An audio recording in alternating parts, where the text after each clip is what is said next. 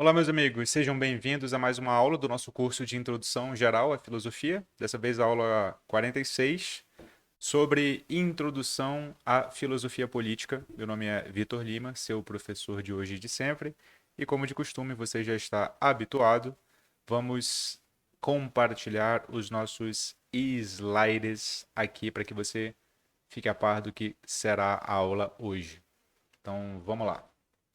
A aula hoje vai ser seguinte. Eu vou falar sobre duas grandes subdivisões aqui. A primeira delas é o sentido da palavra política. Ele diz muito sobre o que é filosofia política e como ela se desenvolve. E em segundo lugar, eu quero falar sobre o estado despótico, que é um estado que precede o estado político. Então você não entende o estado político se antes você não entender o estado despótico, certo? Bom, lembro a você que nós temos o Clube INEF, que é graças a ele que o Isto Não É Filosofia se sustenta. O Clube INEF é o Clube Isto Não É Filosofia, todos os vídeos numa plataforma exclusiva, material escrito de todos os cursos, inclusive desta aula. Clube do Livro, com acesso aos encontros passados de todos os livros, nós já estamos no quinto livro. Vou já mostrar para vocês qual é. E grupos exclusivos do Telegram para tirar dúvidas diretamente comigo a hora que você quiser. Sem falar em descontos em nossos cursos pagos. O livro atual é A Sabedoria dos Mitos Gregos, do Luc Ferry.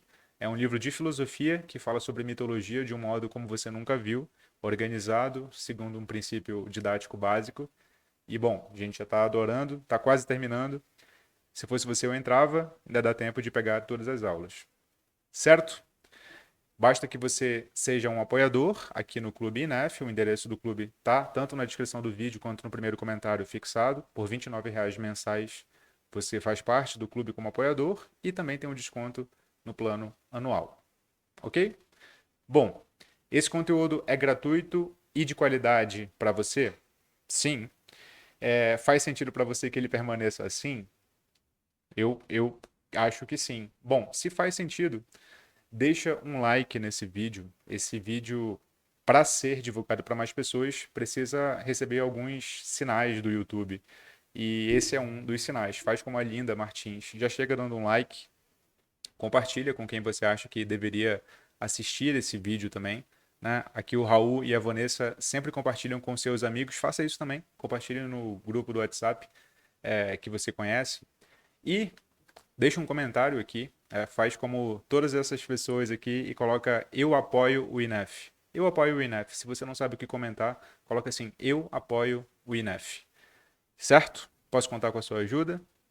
Muito obrigado. Vamos agora, então, à primeira parte da nossa aula. A primeira parte da nossa aula fala sobre os sentidos da palavra política. E esses sentidos são os seguintes, né? A gente vai pegar primeiro os sentidos comuns, depois os sentidos técnicos, depois os sentidos etimológicos. Então vamos para os sentidos comuns? Vamos lá? Deixa eu só levantar minha cadeira aqui. Ela está muito baixa. Agora foi, ficou melhor, ficou melhor. Então, bom, um sentido comum da palavra política é política como politicagem. É ou não é? O primeiro sentido que vem à sua cabeça é um sentido de política como atividade obscura, moralmente condenável. Por exemplo, quando você diz assim, eu não gosto de política, porque nada muda, todos os políticos são ladrões. Essa é a concepção de política muito comum no imaginário, uma concepção de política como algo distante, como algo que acontece para lá, e como algo escuso, né, como algo moralmente condenável.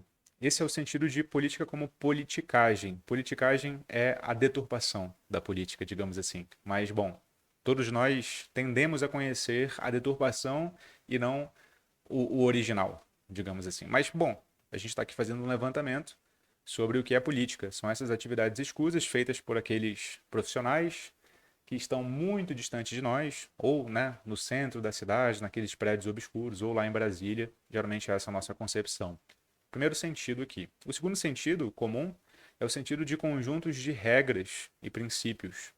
São medidas a serem adotadas e implantadas. Por exemplo, quando a gente diz assim, não é da política da empresa contratar sem antes o funcionário passar por uma experiência. Então, no sentido assim, ó, não é da política da empresa, ou seja, não é das regras e dos princípios da empresa contratar um funcionário antes de passar por experiência. Então, política tem esse sinônimo de regras e princípios. Então, qual é a política da empresa? Ou seja, quais são as regras e princípios que ela adota? Certo? É um sentido comum que é utilizado no cotidiano. E um terceiro sentido comum é a administração do poder e dos recursos. Então, aqui já entra no sentido de gestão, de administração. Por exemplo, quando se diz a política da boa vizinhança definitivamente não foi praticada pelo novo vizinho. Nesse sentido aqui, ó, os recursos não são só materiais, percebe? São também imateriais, como a própria reputação e relações sociais. Qual é a sua política para abordar essa questão? Ou seja, qual que é o seu modo de administrar, né, o seu poder e os seus recursos? Então veja, são três grandes sentidos aqui da palavra política que são sentidos comuns. São sentidos que nós utilizamos, mas quase nunca paramos para pensar o que são, o que significam. Politicagem, conjunto de regras e princípios, administração do poder e dos recursos e ponto, certo? Agora, tem sentidos técnicos da palavra política, e esses sentidos são os que nos interessam mais. O que é sentido técnico, Vitor? Sentido técnico é o sentido, ou são os sentidos, que mais se aproximam da ciência política e da filosofia política. Suspende o seu juízo, por enquanto, para saber o que é ciência e filosofia política, tá? Eu não vou falar nessa aula o que é ciência e o que é filosofia política. Eu vou falar o que é ciência e filosofia política a partir das aulas que vêm. Porque isso aqui é uma série, né? Essa é a última série aqui do curso de Introdução Geral à Filosofia, que é a série sobre filosofia política. Calma, a gente está na primeira aula, e na primeira aula eu só quero que você domine conceitos fundamentais, tá bom? Guarda aí a ansiedade. Conceitos técnicos. O primeiro conceito técnico é política como ação de governo. Como assim? É um ofício feito por profissionais, né? Basicamente. A política aqui é feita com alta dose de carga técnica. Por exemplo, é preciso saber direito, é preciso saber economia, é preciso saber retórica e até marketing para fazer esse tipo de política. Então, quando você pega a política dos governantes, geralmente o que aparece na mídia como sendo política, assim, aquilo ali não é para amador, né? Aquilo ali é para saber, de fato, alguns conhecimentos que meros mortais não sabemos, né? Meros mortais não sabemos. Bom, por mais que pareça que não é feito de modo profissional, é. Acredite, é. As mínimas coisas são calculadas ali naquele mundo. Então, o primeiro sentido técnico. Política é a ação do governo, mas não só, tá? Política não se reduz a isso. Isso é apenas um dos sentidos técnicos. Outro é disputa por poder institucional. Ou seja, eu não estou mais falando do governo propriamente, mas das pessoas que querem chegar lá. Estão disputando por chegar lá.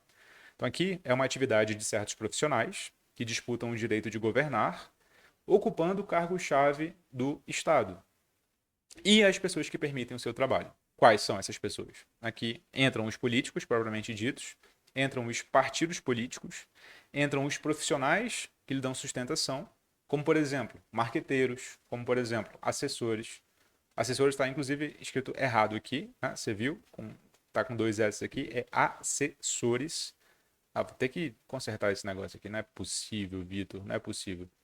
Assessores, entram aqui também, não só os assessores, mas entram aqui também enfim, os veículos de mídia, né? Os veículos de mídia também entram aqui. Como assim entram aqui os veículos de mídia? Sim, né? Porque, bom, sem veículos de mídia, não tem como políticos se manifestarem. E outra, alguns veículos de mídia têm uma agenda política. O que significa dizer isso? Ter uma agenda política significa se posicionar dentro dos espectros da política direita e esquerda, e dentro da direita e esquerda as variáveis, né? Progressista, conservador, na economia, nos costumes, por aí vai. Veículos de mídia também disputam poder institucional, disputam influência, disputam permanência no imaginário das pessoas. E também aqui entram os financiadores, né? Os financiadores são aqueles grandes capitalistas, geralmente banqueiros, geralmente grandes investidores, geralmente grandes empresários, geralmente grandes industriários, que bancam a candidatura de muitas pessoas e que apoiam também a esse ou aquele candidato. Geralmente apoiam os dois candidatos, né? Mais disputados em algumas eleições. E também entram aqui os apoiadores menores, aquelas pessoas que doam e que apoiam simbolicamente os candidatos, né? As pessoas aspirantes ao poder. Tem uma dica de série aqui para você, se você gosta de séries políticas, que é a série Succession. Succession, ou Sucessão, na HBO. É uma série sobre uma família hiper, ultra, mega poderosa dona de um conglomerado de mídia nos Estados Unidos, de parques e também de resorts, né? E ela é uma empresa multinacional que tem muito dinheiro, né? Da casa dos bilhões. Então, portanto, é uma família muito rica e que disputa o poder ali, os filhos tentando derrubar o pai tentando derrubar os filhos e tal. E essa é uma série que retrata muito a política nesse sentido aqui, de disputa por poder institucional, porque por mais que eles não sejam ali políticos no sentido de governantes, presidentes, legisladores e blá blá blá, eles são políticos no sentido de disputa pelo poder, né? Eles querem disputar o poder o tempo inteiro. É uma série ótima, inclusive, é uma das melhores séries que eu já vi nos últimos tempos. Então, esse aqui são dois sentidos mais técnicos. Outro sentido técnico é o sentido de ação coletiva organizada. Então, aqui é uma atividade de pessoas não necessariamente profissionais, podem ser, mas não necessariamente, mas estão engajadas em torno de uma ou mais causas. Os ativistas e os militantes, né, se encaixam aqui. Ativistas e militantes fazem política. Feministas, movimento negro, movimento LGBT, movimentos de direita liberal, movimentos por menos imposto, movimentos conservadores, né? Todos eles entram aqui. Por exemplo, as passeatas do movimento estudantil, as passeatas contra o governo, as passeatas a favor do governo, né? Hoje é comum no Brasil haver isso. Então, isso tudo é ação coletiva organizada, isso tudo é política. Então, você é político ou você é política se você se engaja em grandes causas coletivas e se organiza em torno dessas pautas, certo? É possível, muito possível você fazer isso. Outro sentido aqui de política é uma ação individual, desde que ela tenha repercussão pública. Aqui, o significado de política remete à origem do termo política, né? Que se confunde com a origem da própria filosofia. Nós estudaremos essa origem hoje, né? Nesta aula aqui. E é, por exemplo, quando os historiadores dizem que o modo de filosofar do Sócrates era político. Ou seja, quando disse que o Sócrates é político, não se está dizendo que o Sócrates se candidatava a cargos eletivos, ainda que ele tenha exercido cargos eletivos em Atenas, né? Há registros sobre isso. Mas não é nesse sentido que se diz que ele é político, é no sentido de que, na sua atividade, né, ali na polis, não era um movimento civil organizado, ou seja, o Sócrates não organizava passeatas, né? Não fazia nada disso. Protestos, greves, não. Ele fazia a sua atividade, que era bastante pessoal, inclusive, né? A busca de saber por que, que o oráculo o havia designado como o homem mais sábio de Atenas.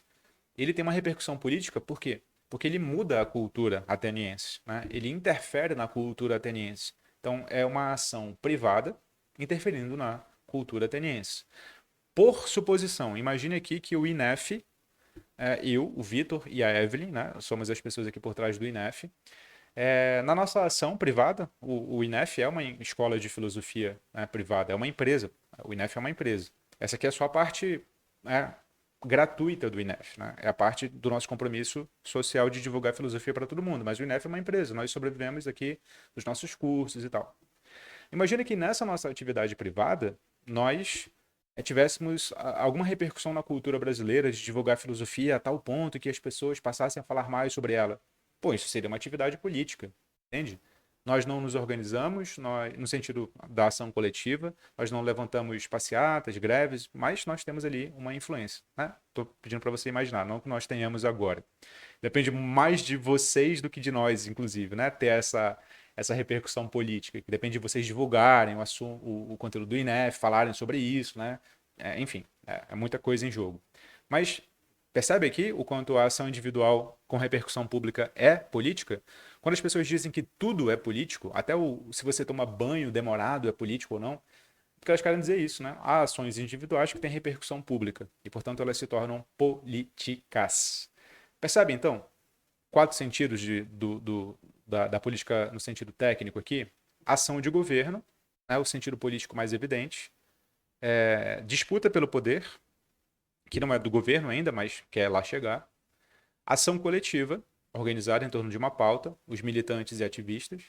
E ação individual, desde que tenha repercussão pública. Olha quantas possibilidades de fazer política no nosso mundo que não se reduzem a votar. Entende? Não se reduzem a votar. Votar se enquadra em qual dessas quatro? Se enquadra na quarta, né? Uma ação individual com repercussões públicas. Mas votar é apenas uma parte ínfima da vida política na cidade. A vida política não se reduz a se candidatar, não se reduz a disputar o poder, não se reduz enfim, a se filiar em movimentos coletivos. Não, tá vendo? Interferir nos assuntos públicos tem uma multifaceta que é bacana conhecer, certo? Você conhecia esses quatro sentidos? Não conhecia algum deles? Comenta aqui embaixo. Vitor, não conhecia. Tá bom. Então, essa é a primeira parte. E agora vamos para o sentido etimológico da palavra, né? Sempre te ajuda a falar sobre o sentido etimológico. Eu sei disso, eu sei que você gosta, eu sei que você gosta. O primeiro sentido etimológico é que política vem de polis. Polis é uma palavra grega, né? É uma palavra grega. E é um conceito simbólico, não geográfico. Geralmente nós traduzimos polis para cidade. Cidade. Então a polis é a cidade, mas não é a cidade no sentido geográfico, tipo a cidade do Rio de Janeiro, a cidade de São Paulo, a cidade de Manaus, a cidade de, né? Você completa aí a sua cidade. É um sentido simbólico, ou seja, onde quer que estejam estes traços, que eu vou já falar, haverá uma polis. Então, assim, ó, uma comunidade organizada é um elemento da polis. Uma comunidade organizada em torno de homens nascidos na própria cidade, livres e iguais, portadores de dois direitos inquestionáveis. Quais? Um deles, isonomia, do grego iso, que significa igual, e nomia, que significa regra e princípio. Ou seja, traduzindo, isonomia é igualdade perante a lei, igualdade perante as normas. E isegoria, do grego iso, de novo, né? Igual, e agorém significa falar, se expressar, discursar. Então, isegoria é o direito de manifestar o próprio discurso em público. Então, tem dois direitos fundantes aqui do que significa estar numa polis, numa cidade grega, né? Você ter igualdade perante a lei e você ter igualdade perante a possibilidade de falar, de discursar e, portanto, influenciar nas questões públicas. Veja, então, que já está se delineando aqui a noção mais primitiva de cidadania. Cidadania é ter isegoria, direito de fala, e é ter isonomia, igualdade perante a lei. Então é uma situação de paridade, não tem ninguém maior que ninguém, né, nessa situação da cidadania. E também é uma situação de que você tem que discursar, né? Você tem direito e também você tem que exercer esse direito. Havendo essas duas coisas, há polis, a entidade política propriamente dita. Interessante isso, né? Bastante interessante. O que é um cidadão? Agora você já tem como responder de modo grego. Vitor, cidadão é alguém que é igual perante a lei, perante outros cidadãos, e também é alguém que tem direito à fala, tem direito a opinar nos discursos públicos, né? Nas deliberações públicas. Além disso, né? A expressão tá política, é uma expressão que designa os negócios públicos conduzidos pelos cidadãos.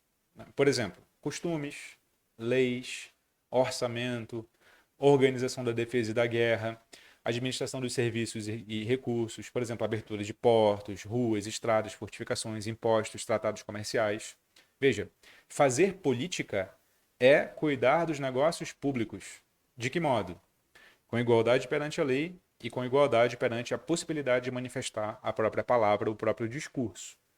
Isso é o vocabulário básico da política. E aqui, se você parar para pensar e parar para analisar, você já tem o básico do básico do básico para entender o que é política. Na origem, na etimologia. É viver, política é viver numa polis, e polis é um conceito simbólico composto por cidadãos. O que são cidadãos? São aqueles que têm, no mínimo, igualdade perante a lei e possibilidade de discursar. E o que eles fazem? Bom, eles deliberam sobre os negócios públicos. Quais são os negócios públicos?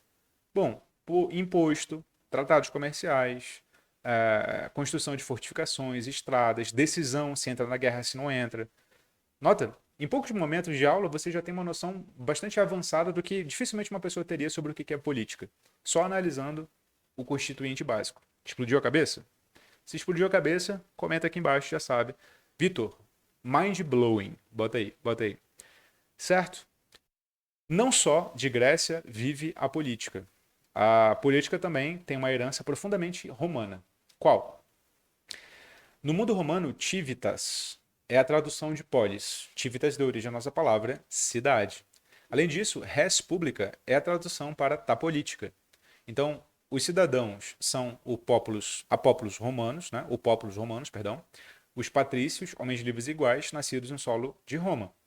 Então, tem duas traduções aqui que são amplamente influentes no nosso mundo: res publica e civitas, cidade e atividade política, certo?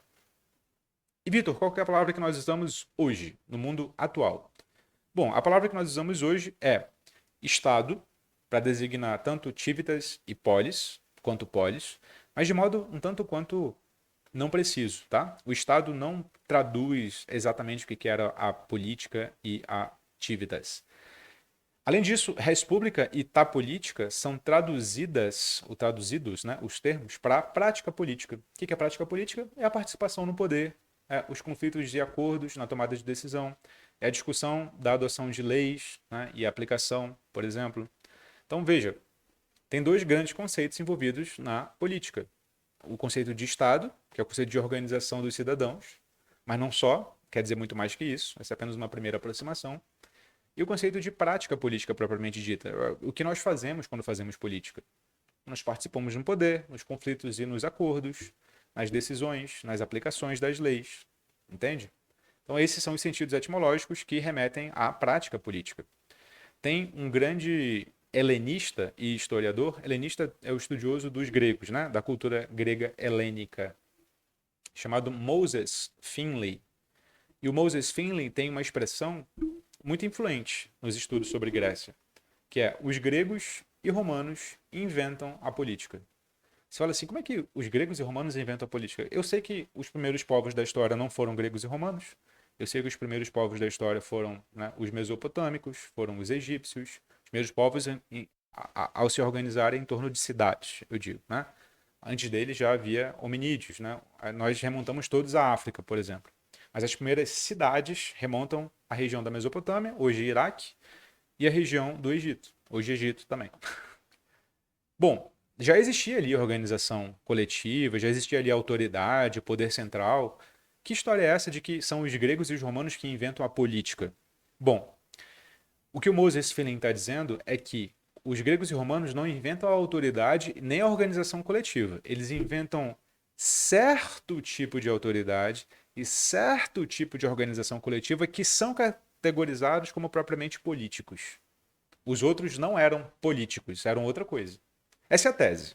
É uma tese bastante aceita e para que você entenda por que Grécia e Roma eram políticos e os outros não eram, você tem que entender o que eram os outros. Na aula de hoje, nós vamos entender o que são esses outros para, nas aulas seguintes, aí sim, entender como é que o que nós chamamos de política hoje se desenvolveu ao longo da história e da filosofia. Ok? Mas agora se concentra, então, no que eram esses outros povos, né? Essas outras formas de se organizar e de estabelecer autoridade. Bom, isso é conhecido como Estado despótico, que é o Estado que antecede o Estado político. Vamos estudar o que é o Estado despótico. Em primeiro lugar, você tem que entender de onde vem a palavra despótico. Vem do grego despotes ou despotes e da tradução latina para essa expressão, que é o pater familias. Vamos estabelecer o que significam cada um desses dois. Despotes ou despotes, em grego, e o pater familias em latim, é a figura patriarcal, né? Vem de pai, que é o chefe da família e que tem poderes de lei absolutos sobre a família. Aí você fala assim, Vitor, é o pai de família que a gente conhece hoje. Não. É o tataravô do pai de família tal qual a gente conhece hoje. O pater familias e o despotes, ou despotes, eles tinham um domínio absoluto sobre a família, só que família, isso é muito curioso. Isso aqui também é mind-blowing, se você parar para pensar. O conceito de família, sabe quando hoje nós discutimos a família tradicional? É bem diferente do conceito de hoje. Qual é o conceito de hoje? Né? O da família tradicional de hoje. Pai, mãe e filho. Certo? Esse é o conceito de família hoje tradicional. Qual que era o conceito tradicional antigo? Vem comigo. Era uma unidade, inclusive econômica, a família, tá? O que significava isso?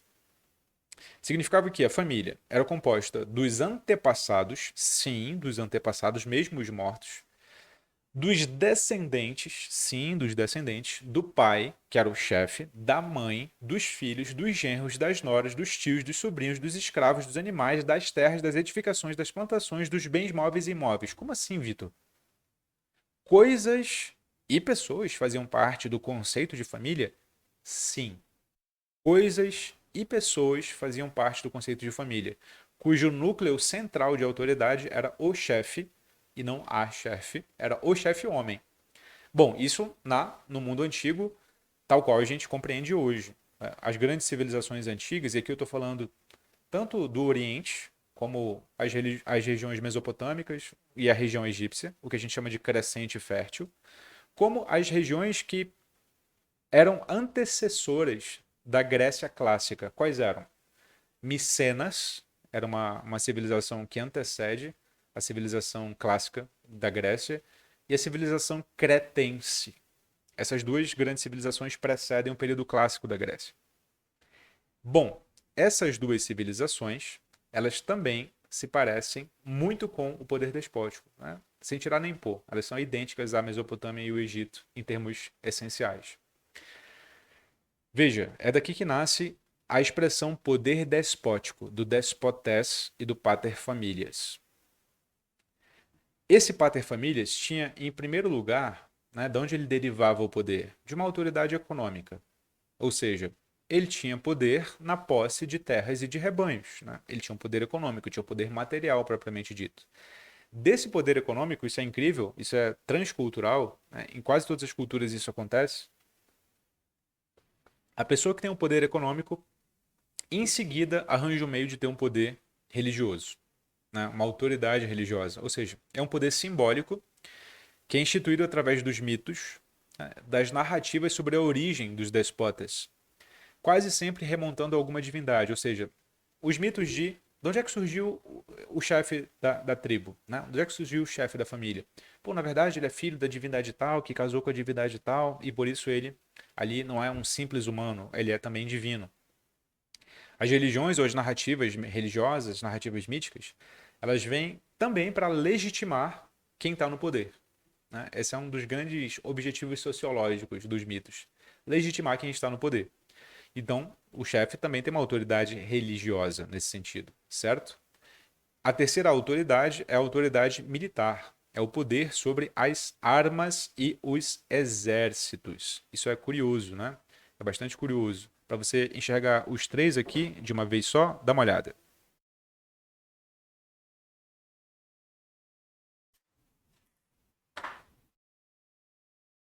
De uma vez só, tem aqui a autoridade econômica, em seguida a autoridade religiosa, que é a legitimação, a justificação, e a autoridade militar, ou seja, o poder sobre as armas, os exércitos e a decisão sobre a guerra e a paz, né? Esses três poderes concentrados numa só pessoa é a regra da origem aqui das organizações coletivas em torno de uma figura de autoridade, certo? Nós não estamos falando ainda das organizações políticas, né? Nós estamos falando das organizações despóticas, em torno do despotés ou do pater familias. Só que, se de um lado esse poder original se concentra na origem, em torno de uma figura central, de um chefe de família, de outro, sociologicamente falando, não faz sentido dizer que exista uma única família, certo? Sociologicamente falando, existem várias famílias. Essa é a lógica das organizações coletivas. Havendo várias famílias, o lógico, do sentido sociológico, é que haja divisão desse poder. Haja divisão no sentido hierárquico, ou seja, haja uma divisão no sentido de que existe quem manda e existe quem obedece, e existem várias camadas de quem manda e quem obedece. Como é que essas camadas são formadas a princípio? Então aqui é uma análise mais sociológica e antropológica do que filosófica, mas ajuda muito a gente a entender as análises filosóficas que virão depois. Então por isso eu te peço paciência. Lembra, eu não vou te esclarecer hoje o que é filosofia política e ciência política, mas eu vou te dar conceitos básicos. Fica aí comigo que são interessantíssimos. Como é que essa divisão ocorre? Primeiro, ela ocorre por quê? Porque tem crescimento demográfico, né? Crescimento populacional. As pessoas aumentam o número, né? Devido a alianças por meio de casamentos entre famílias, que são naturais ali para compor o poder. Então, à medida que as famílias vão se aliando, as coletividades vão, né, aumentando. E se as coletividades vão aumentando, é muito difícil concentrar o poder na mão de um só, né? Ou o poder soberano na mão de um só. Esse é o primeiro elemento do porquê há uma divisão. O segundo elemento é porque os territórios se expandem. Como? devido às guerras, né, há conquistas e há anexos de territórios. Bom, anexando-se territórios, anexam-se povos também. Esses povos compõem o crescimento demográfico e o crescimento demográfico é concomitante ao crescimento territorial. Tendo mais território e tendo mais povo para governar, é preciso dividir o poder. E um terceiro elemento é a divisão social do trabalho.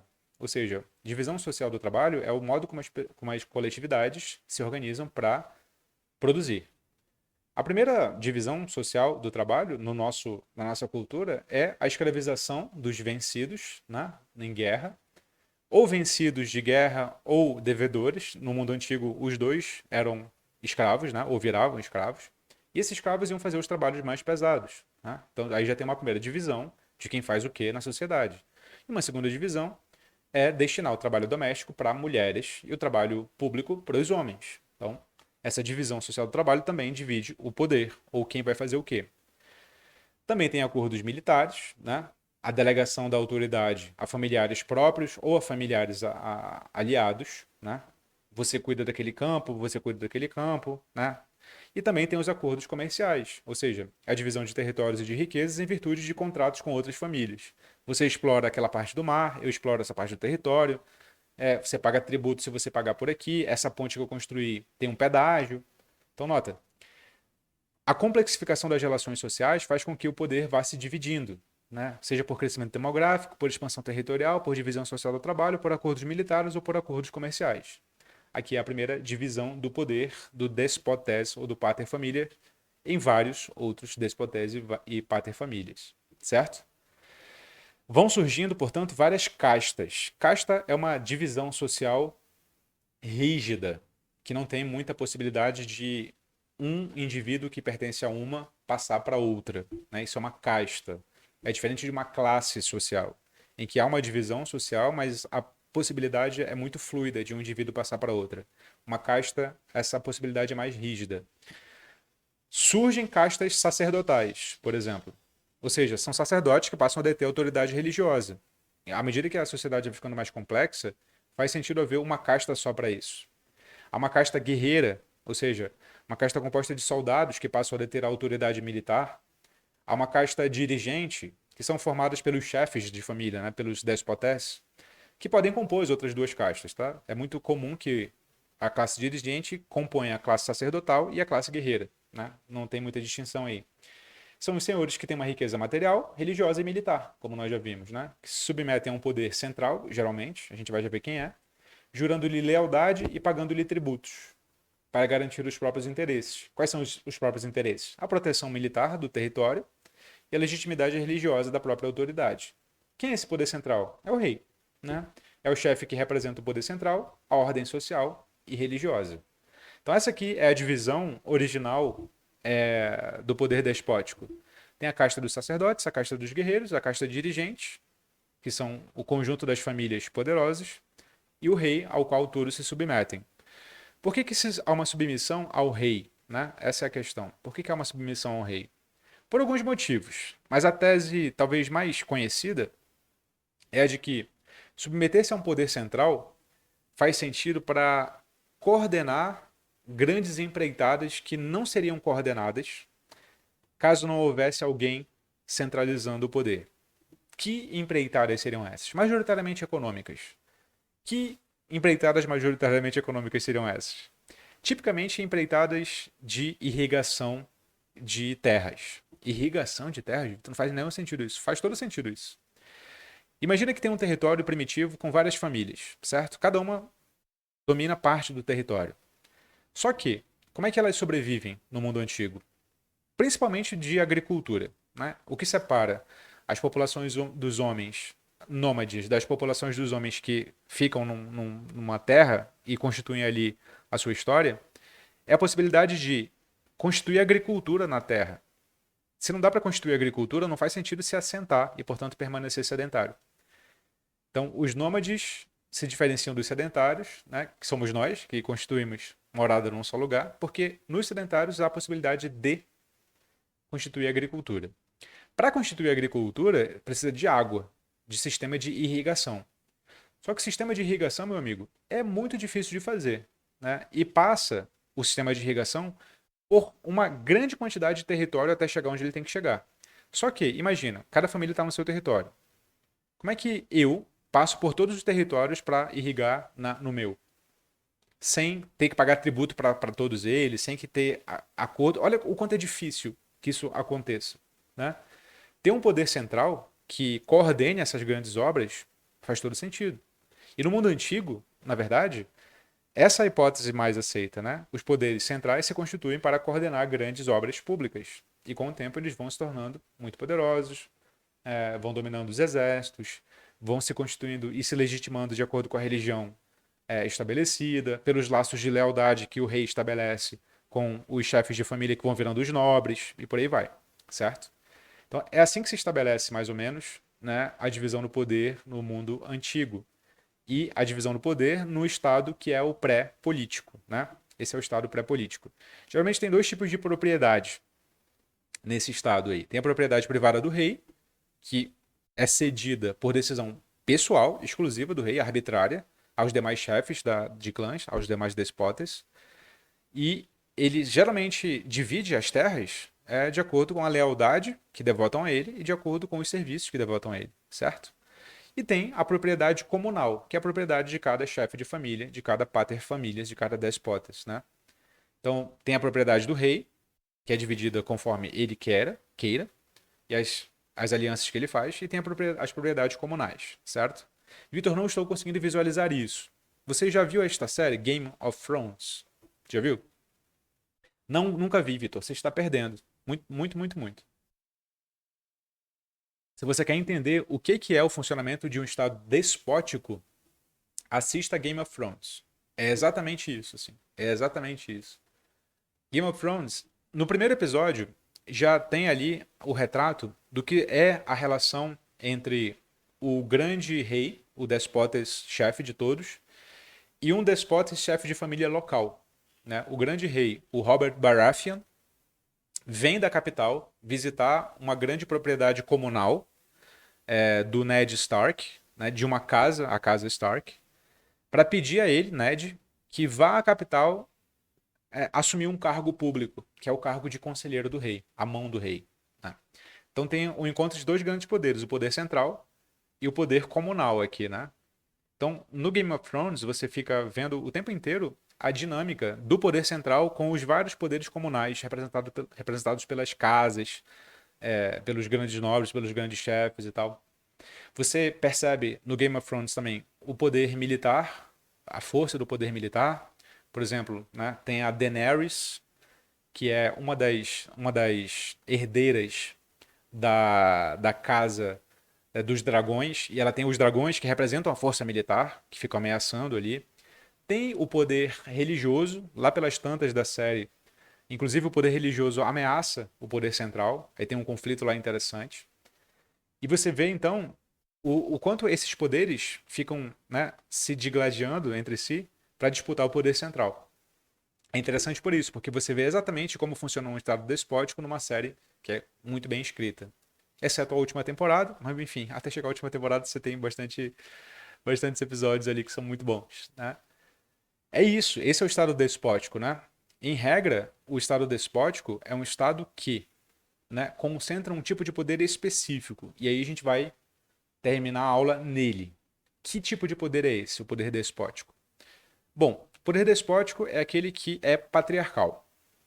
Né? Em regra, é patriarcal. Ou seja, é um poder exercido pelo chefe de família sobre o conjunto das famílias. Né? Que lhes são subordinadas por laços de lealdade, economia, guerra e até sangue, muitas vezes em virtude das alianças de casamento. Você também vê muito isso no Game of Thrones.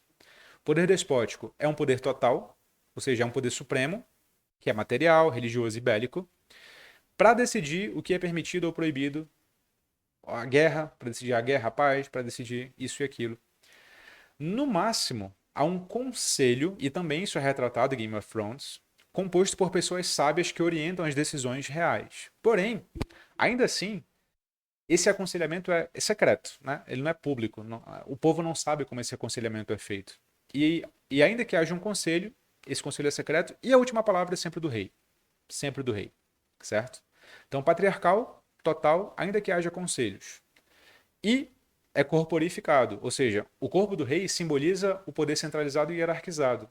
Tem uma metáfora muito comum do mundo medieval, que é a cabeça do rei simboliza a autoridade, o peito do rei simboliza a vontade, que ordena, os membros superiores simbolizam, né, os delegados, que representam o rei, sacerdotes e militares, e os membros inferiores simbolizam os súditos, que obedecem ao rei. Tá? Então, bom, você tem essa imagem de centralização do poder de um lado e hierarquização do poder de outro. O mundo despótico é um mundo completamente hierarquizado, baseado na autoridade, baseado na tradição. Né? Esse é o mundo despótico. E é também transcendente. O que isso significa? De origem divina. É muito raro um poder despótico que não tem a religião ao seu lado, dizendo inclusive que ele está justificado a agir como age. Tem origem divina, o rei é imortal por natureza, em que sentido? No sentido de que, ainda que ele morra, ele permanece como referência. Você lembra do Rei Leão, por exemplo? Quando o pai do Simba morre, Mufasa, ele vai para as estrelas, ele vira constelação. Ele não morre de vez, ele vira um símbolo de autoridade ainda, né? Os antepassados ficam nas constelações. Tem aquela famosa conversa do Mufasa com o Simba, em que eles conversam lá com os antepassados e tal, né? Então, bom, o rei é imortal, ainda que não esteja exercendo mais o poder. Enquanto exerce, no entanto, né, seus atos, inclusive, possuem características mágicas, ou seja, eles têm a capacidade de matar, de curar, de iniciar conflitos, de finalizar guerras, de amaldiçoar. É cheio dessas metáforas, dessas histórias, né, de que reis têm o poder de amaldiçoar, têm o poder de fazer isso, têm o poder de fazer aquilo só pela palavra. Então, a reis é dada uma habilidade divina, uma habilidade mágica, uma habilidade transcendente, certo? E a última característica é que o estado despótico é hereditário. É hereditário. Ou seja, o poder real é transmitido para alguém da sua família, né? Formando uma dinastia que só acaba por duas vias. Uma, quando não há mais herdeiros, e outra, quando outra família usurpa o poder, iniciando uma nova linhagem. Inclusive, no Game of Thrones, né, é exatamente isso que acontece. Quando o Robert Baratheon vai pegar o Ned Stark lá, o Robert Baratheon já é chefe de uma rebelião contra o rei antigo, que era o rei da casa Targaryen, né? Então é isso, né? Aí ele inicia outra dinastia. Essa dinastia que ele inicia é composta de uma aliança com outra casa, a casa dos Lannister. E quando ele morre, é a casa Lannister que assume. E, bom, por aí vai, né? A série se desenvolve por aí. É interessante o Game of Thrones, o Jogo de Tronos, porque o trono simboliza o poder, né? Então a série é nada mais, nada menos que o jogo de poder. Né? O jogo de poder sendo estabelecido, alianças cumpridas, alianças descumpridas e tal. Laços de lealdade, laços de mera conveniência, enfim. É o poder acontecendo no estado despótico. E vá por mim, entender como é que funciona o estado despótico, e o Game of Thrones é um ótimo exemplo, faz com que você entenda melhor como acontece o poder no estado político, como é o nosso caso. Então, há muitas transformações, né? Nós somos herdeiros dos gregos e romanos, mas há muitas continuidades também. Isso faz com que nós enxerguemos a política de modo menos ingênuo. Então, bom, o dever de casa é, portanto, você revisar os conceitos da aula de hoje assistindo a Game of Thrones. Assiste como se fosse estudar, certo? Não assiste só como entretenimento. Dá uma olhada em como os poderes vão se constituindo ali. Poder econômico, o poder guerreiro, bélico e o poder religioso. Tenta identificar quem são as figuras centrais desses poderes lá, certo? Vou te dar uma dica. Os Lannister são os poderes econômicos. O poder religioso você vai ver mais avançadamente na série. E o poder guerreiro, bom, o poder guerreiro é majoritariamente o dos Stark. Dá uma olhada, né? Dá uma olhada. Certo? Esses são os conceitos centrais que eu queria te mostrar na aula de hoje, tudo bem? Bom, te conclamo aqui a fazer parte do nosso grupo de apoiadores. Você vai ter acesso à apostila dessa aula e a todas as outras, como eu já anunciei no início. E agora a nossa revisãozinha. Nós vimos hoje os três sentidos da palavra política, o sentido comum, o técnico e o etimológico. O comum é como nós tratamos no dia a dia, no cotidiano e na mídia. O técnico é como ele assume na história da ciência política e da filosofia política, que eu te falei para suspender um pouco aqui a curiosidade, nós veremos nas aulas que vêm. O sentido etimológico vimos que é tributário basicamente de dois povos, gregos e romanos. Porém, para entender plenamente gregos e romanos, o que nós só veremos nas aulas seguintes, nós temos que entender qual é o estado anterior ao estado político, que é o estado despótico. É o que nós vimos na figura do despotes ou do pater familias, palavra grega e palavra romana para designar a mesma coisa. A divisão do poder original desses despotas, em decorrência do aumento demográfico, dos acordos comerciais e de guerra, e por aí vai, da divisão social do trabalho, e as características centrais desse poder despótico e das relações ali de poder que se estabelecem no estado despótico, que se parecem muito com o que acontece no Game of Thrones, que é o dever de casa para você assistir ali. E, bom, espero que você aproveite, né, essas dicas, esses conceitos. Espero que tenha clareado muita coisa na sua cabeça sobre o que é política.